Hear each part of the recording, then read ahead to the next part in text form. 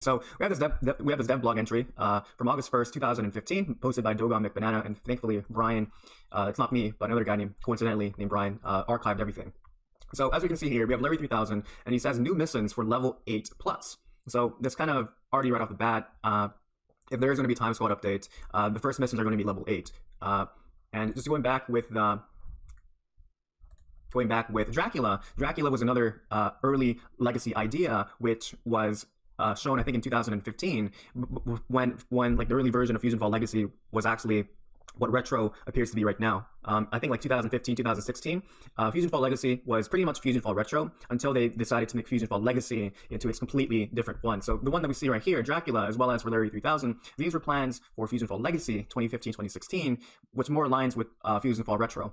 So as you can see here, the reason why I bring this up and why I'm linking it with Dracula is because it's an early legacy idea which actually managed to appear inside of the game.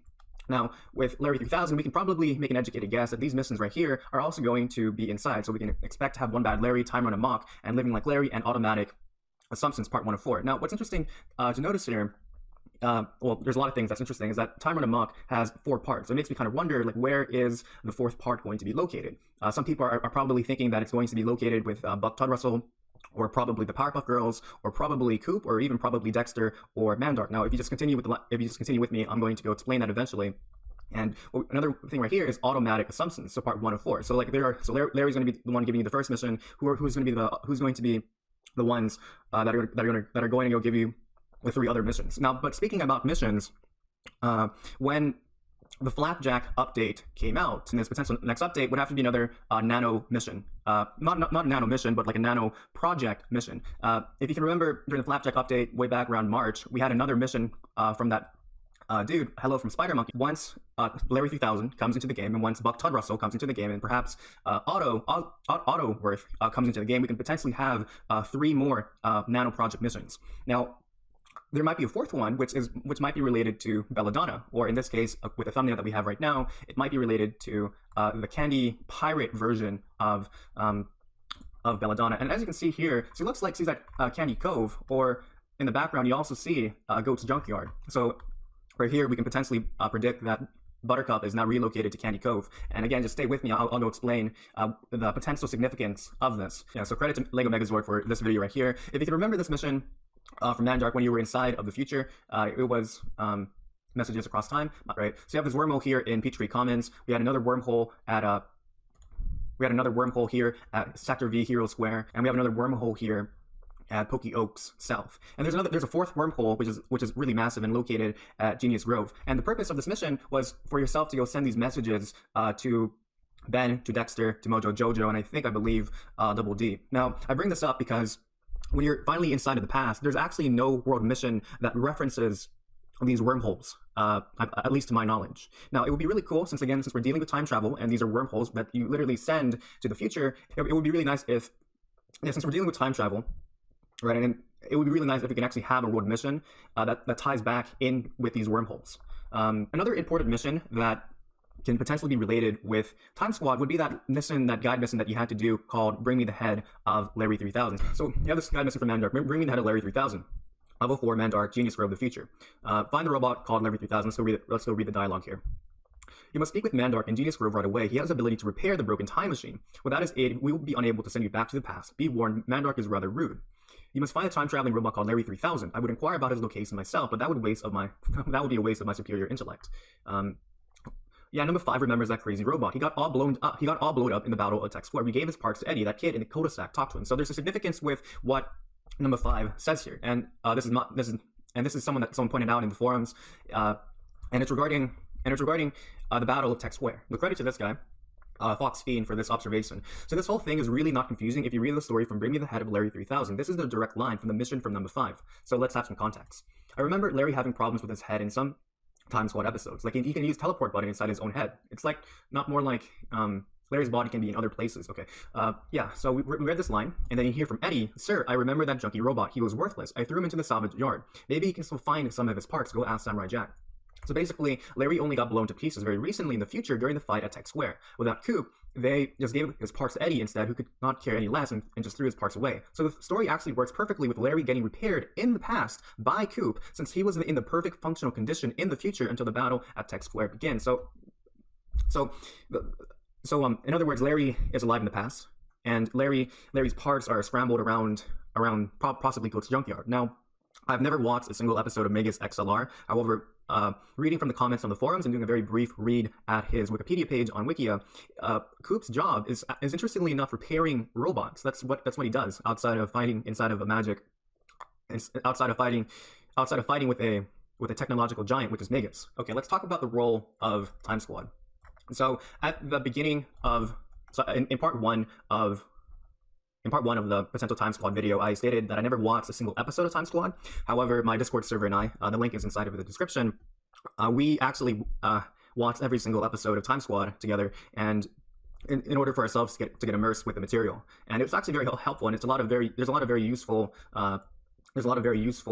information that we can potentially see inside of the next update. Now, his cartoon, and if you go to the beginning of episode season 1, at the beginning of Napoleon the Conqueror, it's one of the first five episodes, or like first 3, Larry talks about how time works.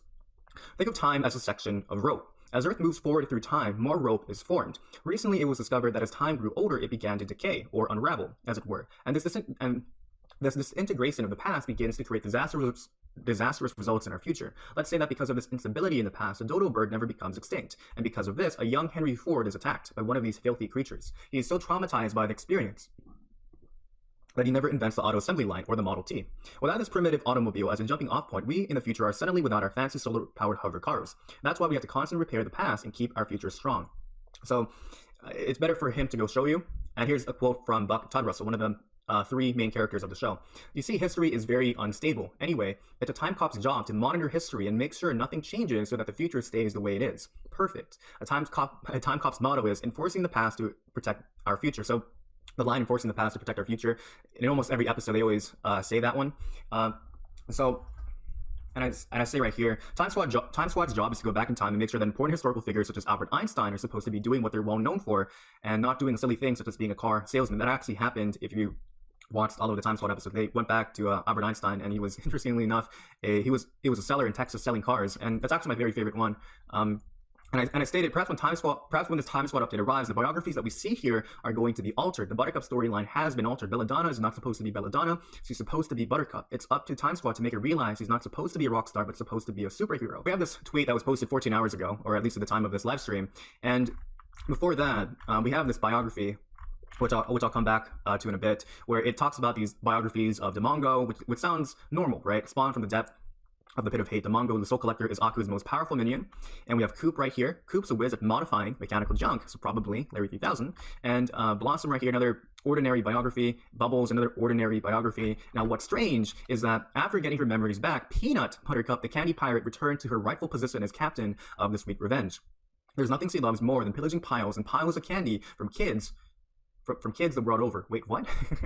So again, going back to Time Squad and what they do if you watch the shows, so like when they go back, for example, bringing up that Albert Einstein example, they do something completely bizarre and completely different. So Albert Einstein is a physicist inside of Time Squad. When they went back, time got corrupted, and Albert Einstein became a car salesman. Another example would have to be, so actually one of my favorite episodes was with Sigmund Freud. And they went back, they got to see Confucius, Sigmund Freud, Leonardo da Vinci, Julius Caesar, Robin Hood, Abraham Lincoln, Blackbeard, Beethoven. Oh yeah, okay, so one of my favorite ones that they actually did was with Beethoven.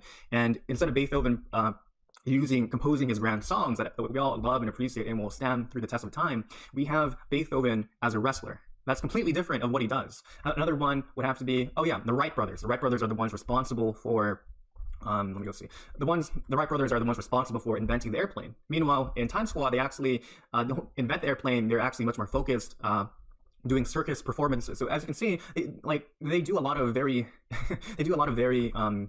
different things of what they're supposed to do. And in terms of my personal life, I kind of feel like I kind of feel like these people, like when I think of Albert Einstein, he's supposed to be a physicist, and like I feel like I'm inside of a different timeline. Am I supposed to be doing YouTube, or am I supposed to be doing something else? It's very odd. Yeah, again, we have those ordinary biographies, and now we have this completely different version, and it kind of makes you wonder, why is Buttercup at Candy Cove, and what happened to Belladonna, right? Because in FusionFall Legacy, we have Belladonna inside of there. In fact, there's going to be a nano for Belladonna, so I'm kind of wondering, this is completely different. So it makes you kind of wonder. And another thing that this kind of ties back with Flapjack. Now, if you can remember, Flapjack's missions were planned to be were deleted. So these missions right here, around August 16, these missions, Something's Fishy, Hello from Camp Kidney, Lou and You, Salty Scavenger, Nautical Nonsense, and The False Flapjack. Okay, maybe not those. I bring this up because possibly, since Flapjack has a nautical theme, and you did a mission with Sticky Beard about sending a message inside of a ship, sending a message inside of a bottle, which later went on to a Flapjack. There might be a potential link between Buttercup and Flapjack and the world with them. At Goat's Junkyard. And here, as you can see, this was actually recorded today. Here's Larry 3000 on the floor, and we have this pod that crash landed here inside of the infected zone. And, well, not crash landed.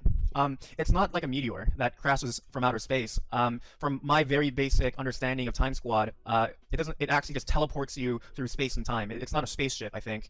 And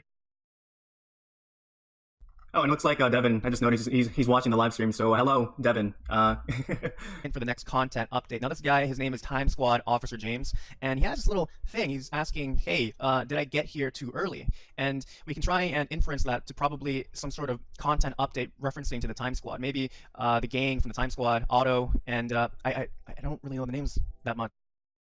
So here's another pod here on Hunter's Crest. Hunter's Crest is a level 31 area. It's just this pod right here. And you're probably wondering, like, is there another pod that's located somewhere inside of the game? The answer to that is, I don't know. Okay, so I brought that up because I just want to remind people what these pods look like. So the first one I showed you was found at Goat's Junkyard. You can go there right now. And we have Larry 3000. His head is destroyed, and we have that pod capsule. Now, we were kind of thinking, like, did they crash land from their headquarters, or did they travel back in time to our location? And we can probably assume that the pod, so there's Time Squad, it's like a police agency force, and this is like one of their branches, and this is where Buck and Larry and Otto live. And as you can see here, it looks very similar to the color scheme of the time pods we saw like right here. So I stated here, there's also, interestingly enough, a self-destruct sequence if an absolute emergency is needed. Now, if you go into the wiki, and if you go into the trivia, I'm not exactly sure if this is correct. Yes, the station has a self-destruct mode. Now, it kind of makes you wonder, why did they self-destruct, right? Why? So, like, their building got destroyed. I think the probable reason why why they had to go self-destruct is because of Planet Fuse. Planet Fuse is incredibly close to Planet Earth, and they didn't want to get destroyed. Probably Fuse sent down some fusion monsters to go attack the ship. So maybe that's why there's pods there. So Coop relocated, Twitter thread. Okay, so another thing that I kind of wanted to talk about would have to be Coop. And if we just go into the Twitter thread, and it says right here, Coop's a whiz in modifying mechanical junk, and a giant battle mech from the future is no exception. Okay, this is getting really interesting. Coop keeps Megas parked at Goat's Junkyard for safety and to hide it from his mom. However, it seems Lord Fuse has a history with the Glorf and made it one of his first targets. Now, a lot of interesting things here. As you can see, he is a whiz at modifying mechanical junk, and he's capable of modifying advanced technology from the future. Now, Time Squad, they come from the year 100 million. I'm not joking. They literally come from the year 100 million. So I'm not exactly sure if Coop is smart enough to deal with that advanced technology, but under the assumption that he could fix Megas, which is from the future, you could probably assume yes, but it would be very difficult to do. Now, this brings me back into the Living Like Larry thread, but at the same time, yeah, okay, let's go there. Let's go talk about that. And also, I said in the live stream, in the last live stream, Coop was relocated. Now now we can probably assume here's a legacy GIF of Larry 3000. As you can see, he might be located right there where Coop's original spot was located. But anyways, let's just go talk about Living Like Larry, because this is actually kind of like the main reason why I wanted to go do this, because I did not really fully talk about this. So we have this post from June 30, 2016, posted by Dogon McBanana. As you may have read in the news post, Larry is separated from his partners and goes to junkyard. Okay, assuming like what they did with Dracula, right, where it was an old legacy concept which they implemented inside of Retro, assuming if everything stays the same or 80% the same, we can probably reasonably assume that Larry is going to be placed at Ghost Junkyard, hoping to find his friends and understand the current time period he's in. Fortunately, with some help from Coop, Larry is capable of communicating with his partner in time, Buck Todd Russell. It seems as Crash Course sent him, Crash Course. So they definitely use the emergency button to go land to planet Earth. It seems as Crash Course sent him hurley toward a dark and dangerous environment. Okay, this is getting really interesting. So dark and dangerous, where is that located? The Darklands, right? Now, we have that capsule. It's located at Hunter's Crest. And you know what? We have also, interestingly enough, we have this biography thread that was posted on September 10, 2019. Spawned from the depths of the pit of hate, Domongo the Soul Collector is Aku's most powerful minion. While investigating the Darklands, it seems his powers were confiscated by Fusion Domongo. Aku's greatest plan will have to wait. Now, someone pointed this out. I think it was inside of Discord, inside of my Discord server. Link is inside of the description. Now, Domongo has been relocated. He's at the entrance before you go inside of the Dark Glade. Right, he might be relocated there, and the original spot where Domongo was located, nearby where all the SAC agents were located, that's probably where Buck Todd Russell is going to be located instead. Now we have reason to assume that Domongo is relocated here, is because of the latest tweet where Peanut Butter has been relocated to Candy Cove, or perhaps we're kind of looking into it. But we have reason to believe that Domongo has been relocated, and Buck Todd Russell has been implemented inside of Hunter's Crest, and is going to replace Domongo's old spot. I'm actually really looking forward to Buck Todd Russell. If I can give an analogy to people who have never watched a single episode of Time Squad, Larry 3000 is like C-3PO from Star Wars, and interestingly enough, Mark Hamill was the one who voiced Larry 3000. And for the ones who don't know who Mark Hamill is, he's Luke Skywalker. He's also a very prolific voice actor. Mark Hamill, Time Squad. Yeah. Okay, James's Crash Course sent him hurley toward a dark and dangerous environment. So we can probably assume that Buck Todd Russell is going to be Hunter's Crest, and we can probably also assume that there's probably going to be a level 31 mission within the area, or probably around that range. Because one of the things that the developers are trying to do is to make sure there are enough world missions where you no longer have to go bypass that grinding wall at level 29, as well as for level 35. They did an amazing job with the Ben 10 update where they included a variety of missions, which really helped. So I wouldn't be surprised if they did that. Unfortunately, neither Buck nor Larry are able to reach out to Otto. Only the worst crosses the minds of Otto's time-traveling friends. Only the worst. Okay. In the first live stream, I was talking about my friends and I inside of our Discord server. We were trying to go look for this third potential pod. We went through a whole bunch of areas. We were searching for this third potential pod. We have the first pod at Ghost Junkyard. We have the second pod at Hunter's Crest, and we were wondering like where is the third pod, because Time Squad they have 3 main characters. And I just realized I forgot to give that analogy for Buck. So if Larry 3000 is like C-3PO, Buck Todd Russell is kind of like Johnny Bravo. He's strong, he's muscular, he's like a meathead, and he's also a cop. He's not very smart, but he makes up for that with his bronze, or like kind of think of Ed, ED, the one with the green jacket. So we have this drawing, probably from Vert or from the other artists. We have Larry 3000. He's interacting with Coop, and he's also interacting with the Death Spock. It's probably the one at the entrance for Ghost Junkyard. Now, the majority of Larry's missions involve searching for his lost companion, Otto, and helping Coop out with his mega-sized problem. Okay, this is great. For example, in Automatic Assumptions Part 1 of 3, you can expect to help calm down a hysterical Larry 3000 who dreads the idea of Otto stranded and alone on this infested planet. Hopefully, Larry's new associate, Coop, can take the bulk of that work. So again, just to repeat myself, Larry and Coop will be together. There's going to be missions involved. So Automatic Assumptions Part 1 of 3. That's going to be Part 1. Right, he probably crash landed. He crash lands. He tries to go. He realizes that Buck Todd Russell and Otto are nowhere to be found. He sees Coop. He asks for his help. Thankfully, Coop is skilled in repairing advanced futuristic gear, so he's gonna be the one to go help him out. Hopefully, Larry's new associate Coop can take the bulk of that work. Now, so that's great. Larry's going to help him with a mega-sized problem. Another potential thing that was kind of mentioned inside of that forum post would have to be the involvement of Dexter and the involvement of Mandark at Tech Square. And we kind of have a reason to believe this. Now, earlier in the live stream, I was talking about wormholes and how you have to go send messages across time to Dexter, Mojo Jojo, Double D, and like Ben, or like one of those four. Three of those four. Where did Dexter get the idea to go build a time machine, right?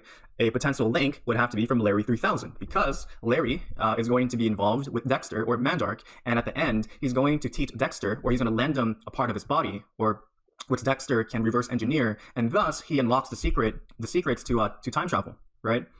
And in the last live stream, I was bringing up these mandroids that were dressed up at the back of Dexter's building and wearing this outfit. Maybe it's not related to Time Squad, and maybe there might just be missions, or maybe that there's just nothing at all. But I wouldn't be too surprised if Dexter and Mandark are going to be involved with the Time Squad plot. And this is the way how Dexter has inspiration and the knowledge to create a time machine.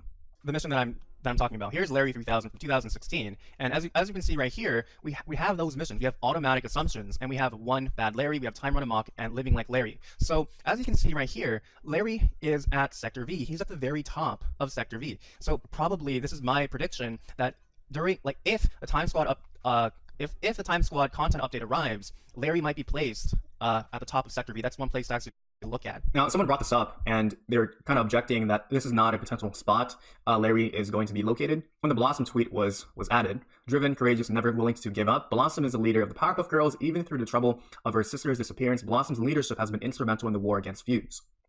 And this guy, Larry 3000, was on top of the Sector V treehouse back in the original gameplay demo video for Legacy. Don't read into this too much. Tomorrow's probably going to be Hex or something. And I stated, with this new tweet, we have further reason to believe that they're going to use an idea they had many years ago. Larry was originally there. Perhaps Blossom will have a brand new mission relating to a suspicious new robot at the top of the tree.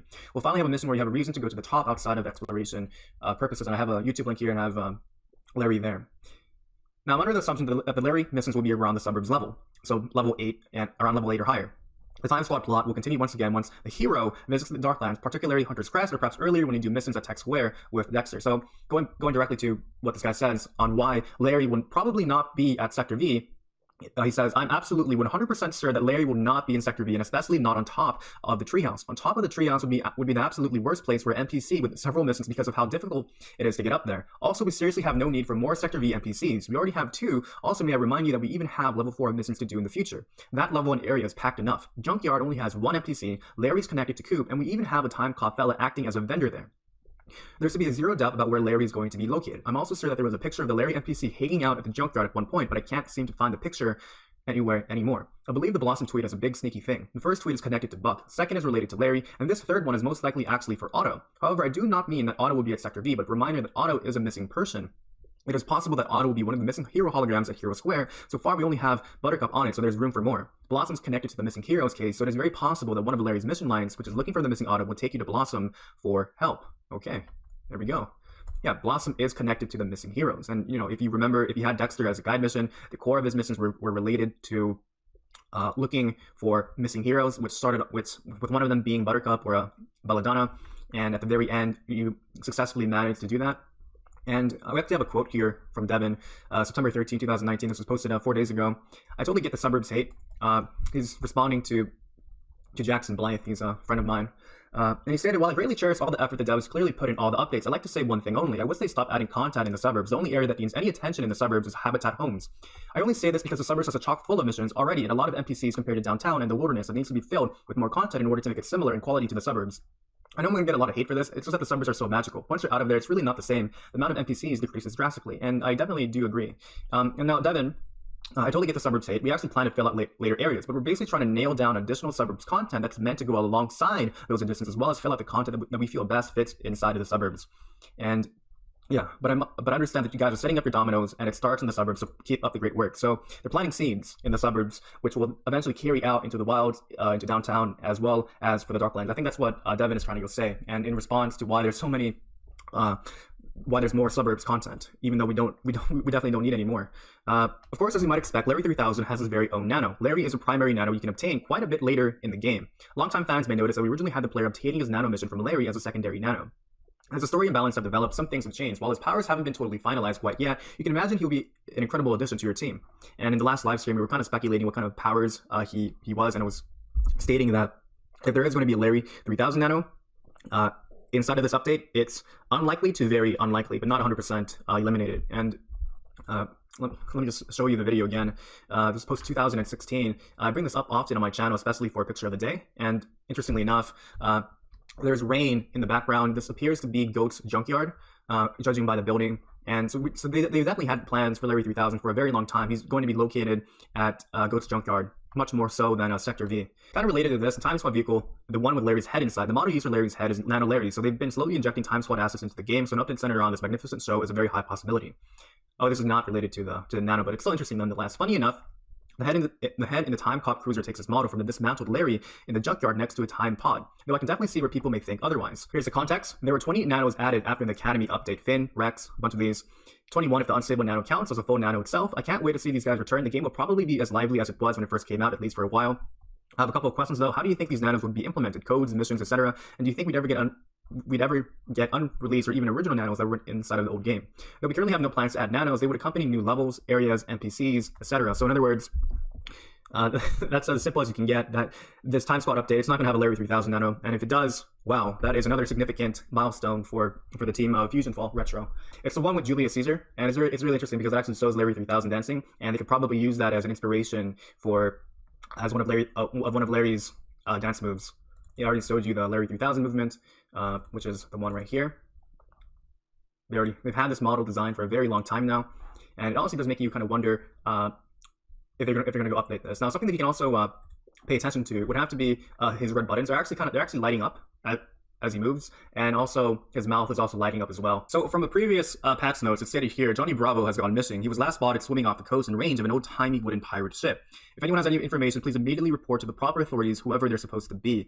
Oh, proper authorities. Maybe this is overanalyzing it, but Time Squad, they're an authority. They're basically time cops, right? Maybe Johnny Bravo is going to be linked with Larry 3000, and it might be related to the Captain or Peanut Buttercup. Now, what's interesting here, and just going back into the Twitter thread, so we have pirates. Buttercup is now pirates. He's the captain of the Sweet Revenge. So probably a potential thing is that Buttercup actually was the one who captured Johnny Bravo. That would be very interesting to go see.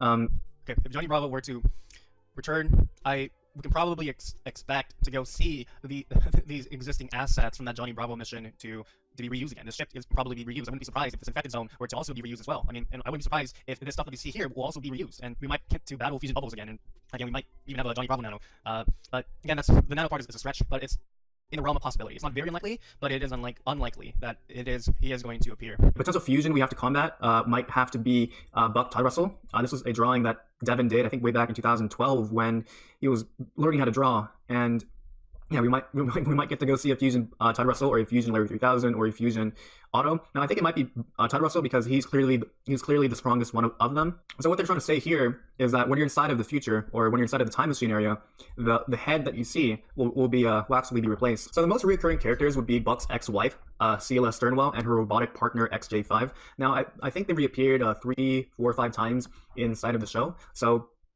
Sheila Sternwell is actually Buck Todd Russell's former wife. And she appeared in Kubla Khan, as well as Nobel Peace Surprise and X marks the spot, and as you can see, she's from the year 100 and 100 million.